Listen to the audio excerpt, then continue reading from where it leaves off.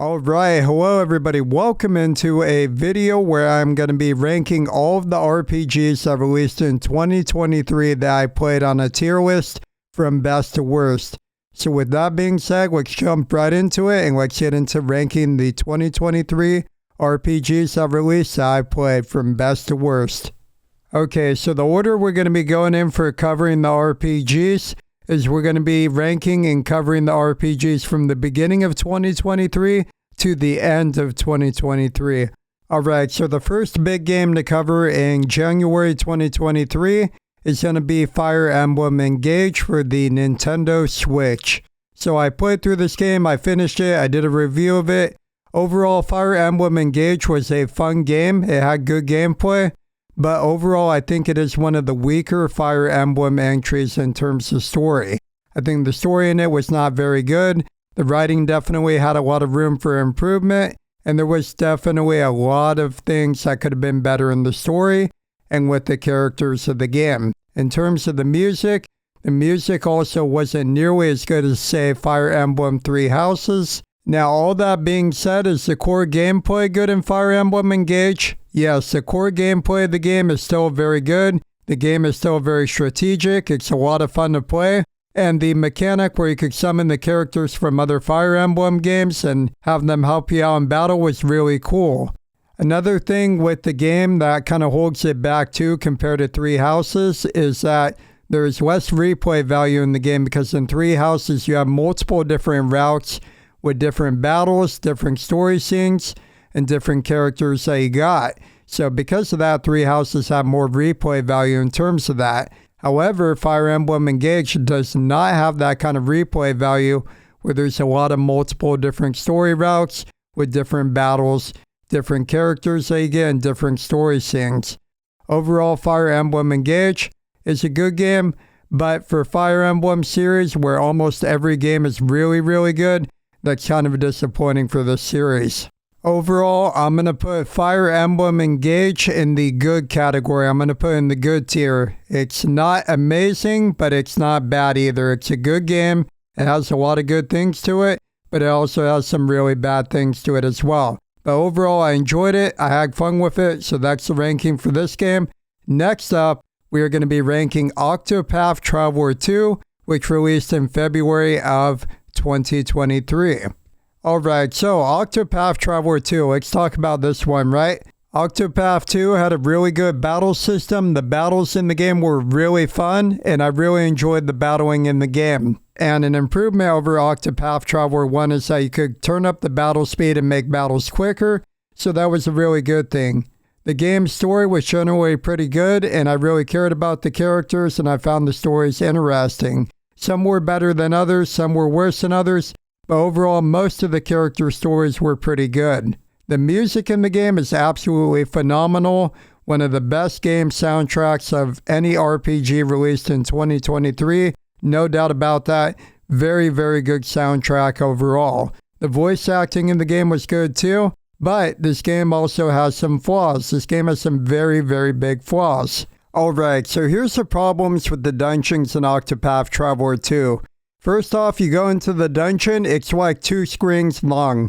You go to 2 screens, there's no puzzles throughout the entire dungeon, and you finish the entire dungeon in like 4 to 5 minutes.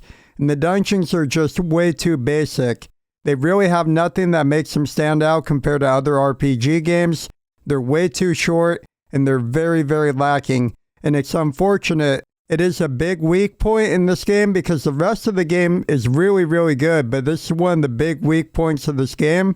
Now, the second flaw I have with this game is how the EXP works. So only characters who are in a battle get EXP. Now, you have a game where you have to switch between different character stories, so you have to get everyone leveled up. So because of this, you constantly have to level up other characters that aren't in your main battle party, because you have to play through everyone's story to finish a game. Overall, I'm going to put Octopath Traveler 2 in good. So now we're on to the next game, which is going to be Trails to Azure, which released in March of 2023. Alright, so Trails to Azure, this is a phenomenal game. This is an excellent RPG. This is one of the best Trails games of all time. The story in this game is absolutely incredible. The characters in the game are incredibly good. They get tons of character development. The story has crazy plot twists that are really well done. They're really well told. The writing is really good for most of the story. And the music in the game is incredible. And the battle system is improved from the prequel Trails from Zero. And this game is a must-play for any RPG fan. If you haven't played the Trails series, do you even RPG, bro? Joking aside, this is a really, really good game. This is absolutely one of the top RPGs that released in 2023. The gameplay is improved from Trails from Zero. They made the team attacks less overpowered, which was my main criticism with Trails from Zero's gameplay, is that the team attacks you could do in battle were a little bit too overpowered. You would basically get a preemptive attack on an enemy by hitting them, and then go into the battle, boom, team attack them and kill them. Here the team attacks are a little bit weaker, they're a little bit less common, they don't happen as often, and the balance is a lot better in this game. The game has a higher level of challenge than its prequel, Trails from Zero, and the gameplay is just an improvement overall. The Master Quartz system is a really cool thing that they introduced. The music in the game, the battle themes, the area themes, the soundtrack in this game is amazing, and the final boss song, the Azure Arbitrator, is one of the best final boss songs in any RPG game ever. The only bad thing I can really say about the game is that towards the end of the story, there's some characters who all of a sudden change their mind on certain plans that they had, in like the blink of an eye after being talked to for like 5 minutes. And it's kind of silly how it happens, and it could have been written better. So that is my main criticism with the story of the game. In terms of the gameplay is pretty good for the most part. It's a lot of fun. It's very addictive. The new things they added in the game is really cool. The attacks you get in battle are awesome.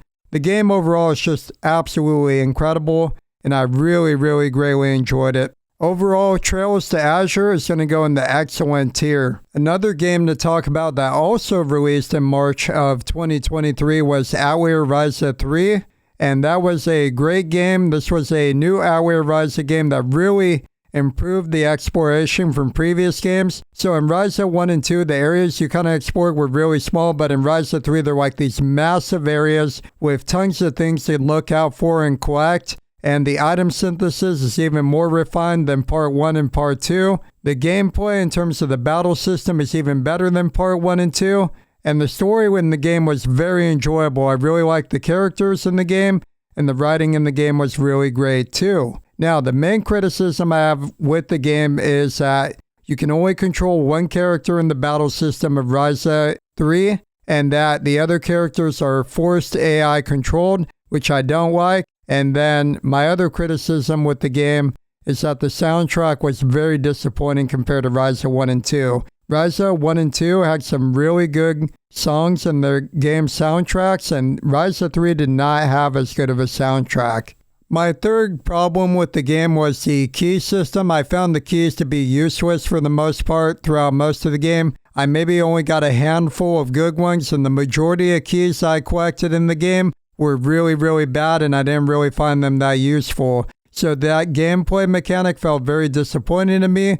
Now, I am willing to acknowledge that could be a skill issue. Maybe I just wasn't doing things right, and that could be my fault, and I accept that. But for the most part, I found the key system to be forgettable and a rather disappointing feature of the game. But overall, Ryza 3 was an improvement from Ryza 1 and 2 in gameplay and storytelling, but it is a step back in music. But overall, a really great, enjoyable game. I had a lot of fun playing through it. I just wish a battle system gave you full control over all characters, and you could give them direct commands and do exactly what you wanted them to do. The game was a ton of fun overall. The item creation was great. The exploration was the best of the Ryza trilogy, and the story was really great as well. Overall, I'm going to place Atelier Ryza 3 in the great tier.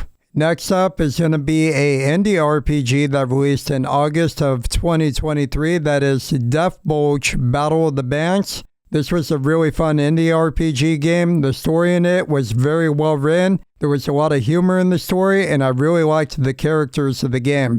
The battle system had a lot of cool ideas with how your characters kind of had job classes, and you could switch your job classes, get different abilities, get different stacks for them. and the job classes each had their own pros and cons. The battles in the game were a lot of fun, and the music was also very surprisingly good for an indie game. The game overall was very enjoyable. Unfortunately, what I found is that when I played through it, the game had a lot of technical issues. I played through it, and the game crashed like 4 or 5 different times. Now, it could be patched, and the game could be a lot more stable. It could have just been something that was my fault. It could have been incredibly bad luck, but that is something I need to mention because it did happen multiple times in my playthrough. Overall, Death Bulge, I'm going to put it in the great category. It was very enjoyable, and I had a lot of fun playing through it. Alright, next up is going to be Dragon Quest Dai Infinity Strash. This game released in September of 2023, and I was very excited for this game as a big Dragon Quest fan, and I gotta say, this one was very disappointing. I would probably say this is overall a mediocre game. The combat in the game for an action RPG just wasn't that good. There wasn't a lot of depth to it. It didn't control very well, and the game had tons of level grinding that you had to do.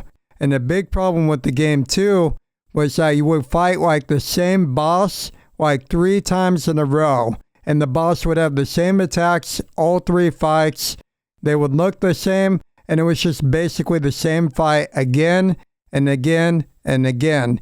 And it reeked of laziness, and I was very disappointed in this aspect of the game. The story was mostly just retelling the parts that happened in the anime, except instead of seeing fully animated cutscenes with the in-game engine, you would see like still images with some effects, and it was really disappointing in the way the story was told in the game. The music was also mostly completely forgettable. Another disappointing aspect of the game, you would go to an area where you would battle enemies, and it's just a linear straight path with no twists or turns, or any puzzles or anything interesting. Dragon Quest Dai, overall, I'm going to put it in the bag tier. It is a very disappointing game, and it's very sad how this game turned out. I did not like this game very much, and I found it to have a lot of flaws, and there's very few good redeeming qualities about this game that make it worth a playthrough. It isn't a super long game, so if you do want to try it and play it out, by all means, go ahead. But for me personally, again, just my opinion, if anybody disagrees, that's totally cool, and I respect that. This game was just not good. Alright, next up, another September 2023 RPG release, the Baten Kaitos HD Remake. Now, I'm only going to be reviewing Baten Kaitos 1 HD because I did not play through the remake of the prequel, Baten Kaitos Origins HD. I'm just reviewing Baten Kaitos Eternal Wings in the Lost Ocean HD, the first Baten Kaitos game. So overall, a really good game. It had a great card battle system that had a lot of strategy to it, a lot of depth, and the game had an amazing soundtrack done by Motoi Sakuraba, the guy who does a lot of the music for the Tales games, Dark Souls games, and Star Ocean games. He did the music in this game. He did a very good job with the music. Great battle themes, great area themes, great event themes, great music in general. The story in the game was incredibly good. There's tons of good plot twists. There's tons of great character development, really good characters. Overall, a very good game. The only flaws I can really give it are that the boss fights in the game can sometimes have massive difficulty spikes, which can be very annoying. But I am willing to admit that could be my fault. I might have not just had the right strategy. I might have not had the right cards.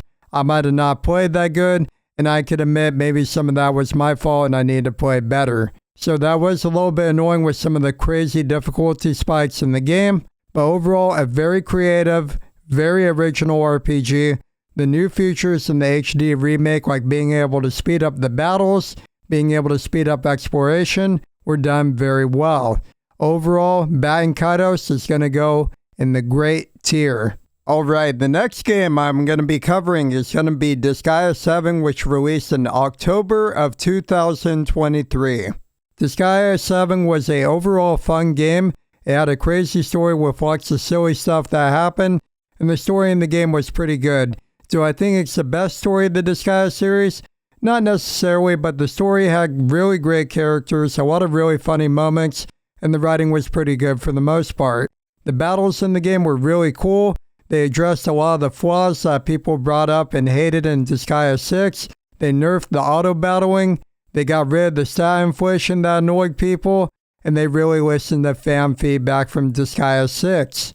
Now that being said, some of the game's mechanics were very abusable and were very overpowered. For example, there was a gameplay mechanic in the game where you can go into like a giant form of your character, and that made the battles way too easy in the game because you could just go into the giant form, and on a map where you just had to kill the boss, you could directly target the boss, hit them from anywhere on the map, kill them, and then you win the battle, and you pretty much skip past all the other enemies on the map, and you really don't have to bother with them.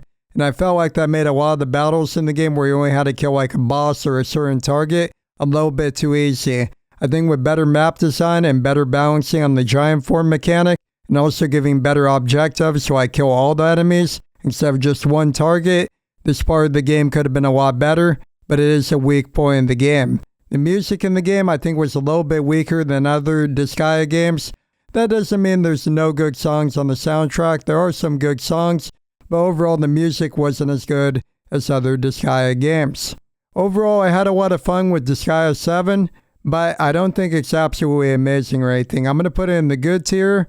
I think it's a good, solid game. It is worth playing through. It's definitely better than Disgaea 6. Overall, though, Disgaea 7, I wouldn't say it's like incredible or amazing or one of the best games ever made or, oh my god, the best game of the entire Disgaea series. But I do think it is worth playing through. It is a lot of fun. There is a lot of cool stuff in it. And if you like other Disgaea games and you were upset with Disgaea 6 because of some of the flaws in that game, Disgaea 7, they listened to fan feedback. So in Disgaea 7, a lot of those flaws from Disgaea 6 are now gone. Overall, I'm going to put Disgaea 7 in the good tier. For the next game I'm covering on this tier list of 2023 RPGs, we got Star Ocean: The Second Story Remake. So this was an amazing remake of a classic action RPG game. This game had a really fun battle system. They made it so that the battles flow a lot more smooth. They made the combat better than it was in the original. And they also gave you the option between the original soundtrack and the remix music. And let me tell you, the original soundtrack in Star Ocean 2 was incredible. The story in the game is still just as good as it was in the original. The characters are very likable. The characters get good development. And the item creation part of the game is still there and still really good. There's tons of cool overpowered things that you can get. And there's a ton of items you can create. The skill system also returns. The skill system is really cool. You can get an ability to like steal items from people. You can go find an NPC, steal a really good item that gives you like a weapon that boosts your attack power by like 1,000. The battling in the game was fun. The music was really good. The only big flaw I would say Star Ocean 2 has is permanently missable side quests. There's certain parts of the game where if you just don't talk to an NPC, you can literally miss out on a side quest. Because of this, I got screwed out of fighting the hardest optional boss in the game, because there was a certain scene I was supposed to see in a town. I missed it by accident, and I got screwed the rest of the game and couldn't fight the hardest optional boss in the game. So that is one thing that really freaking sucks about Star Ocean 2. There's just a lot of missable stuff in the game, and that really sucks. Overall though, Star Ocean 2 Remake is just incredible. The remake was really well done and improved the gameplay in a lot of ways from the original. The game has an incredible skill system, really fun battles, great character customization, some of the best character customization in any RPG game out there, and I overall had a blast playing through this game. I'm going to put Star Ocean 2 Remake in the excellent tier. Next up, we got Super Mario RPG Remake on the Nintendo Switch. And boy, let me tell you something. The original Super Mario RPG, one of my favorite games of all time. It is my most replayed RPG game of all time. What makes Mario RPG so good? The battle system in the game is a lot better than other RPGs out there. The battle system in Super Mario RPG is so good because the game has a lot of interactivity in its battle system. This game was one of the first RPG games, if not the very first ever made, to have a battle system where timing is in the battle system, and basically you press the button at the right time when you're attacking an enemy to do bonus damage. And then when you're defending against the enemy attack, as the enemy attack is about to hit you, you press the button at the right time to reduce the damage you take. The battle system is a lot of fun, it's easy to understand, and it really makes the battle system in this game stand out. And also what makes this game better than other Mario RPG games is that you can battle with 3 characters instead of like Paper Mario where in Thousand Year Door you can only battle with 2, or in Mario and Luigi you battle with just Mario and Luigi 2 characters. Because of having 3 characters in battle, that means more depth to the combat system of the game. The remake gives you the option between the original soundtrack or the rearranged soundtrack, and the rearranged music is very good in the remake. The game also gives a lot of great quality of life features. For example, you can bring up an item menu with just one button press, or a special moves menu with just one button press to heal your characters while you're exploring an area. The game has a bunch of great stuff.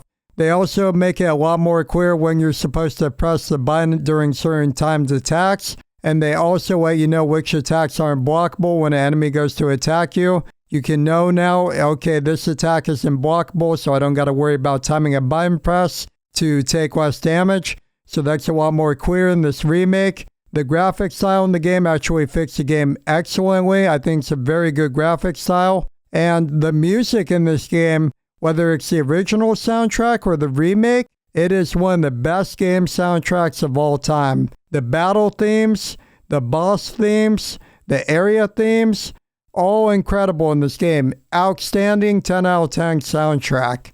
The only flaw I can give Mario RPG Remake is that it's a little bit too easy. In the remake, they might have made it even a little bit easier, which is unfortunate. I was really hoping they would put in a hard mode for the game or turn the difficulty up. So that was something that was a little bit disappointing with the remake. But overall, the remake is even better than the original game, and it is an absolutely excellent game. It's a game overall that is a must play for any RPG fan. I know people who are not even into RPGs that Super Mario RPG, the original on Super Nintendo, was one of their favorite games of all time. That is a testament to how good Mario RPG is.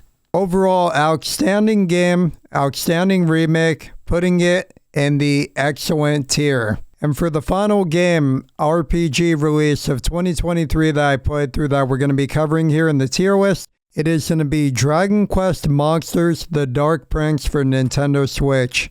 I am a big fan of Dragon Quest, and I also enjoyed the Dragon Quest Monsters games a lot as well. Dragon Quest Monsters: The Dark Prince was a very enjoyable monster collecting game with fast, fun, enjoyable battles with a great battle speed where you can get through battles very fast. The monsters in the game are very cool. Akira Toriyama is an amazing artist.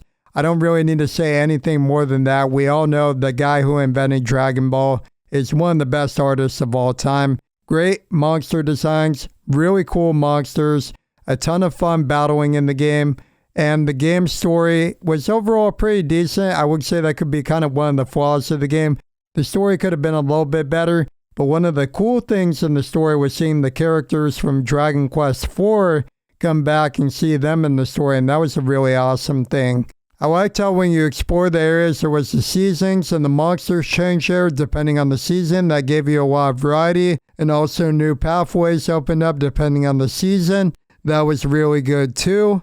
Now, some flaws with Dragon Quest Monsters: The Dark Prince, I would say that is that forced AI control of your monsters in the battle arena is really dumb. They should allow the player to give commands to their monsters in the arena battles. Another flaw with the game was really bad performance. Whenever you went into an area that had a lot of enemies on screen, and it was really noticeable, and the performance in the game overall was really bad at many different areas in the game.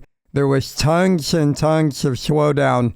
That was definitely an area of the game where there could have been a lot more improvement, and that was a weak point in the game, and I would say one of the flaws of the game. Overall, what do I think of Dragon Quest Monsters: The Dark Prince? I think it's definitely one of the better RPGs of 2023, and overall, I'm going to put it in the great tier on the tier list. It's a really good game. You should definitely play it. It has a few flaws. Overall, for my top game of RPGs released in 2023 tier list, I'm going to put Super Mario RPG Remake at the top. It is my favorite game of the year. The original is one of my favorite games of all time. The remake is an excellent remake with a great rearranged soundtrack, better quality of life features, a great art style, and a lot of really cool additional secrets that they added to the game. Overall, I want to say thank you so much for watching my RPG tier list video for 2023 RPGs. I really greatly appreciate it. Now, I know I'm just some random guy out here, but if you would subscribe to my YouTube channel, I would super greatly appreciate it. I will be putting out more videos talking about RPG games, reviewing them, doing tier lists, and other ranking videos as well. Thank you all so much for watching. I really greatly appreciate it, and I will catch you all in the next video.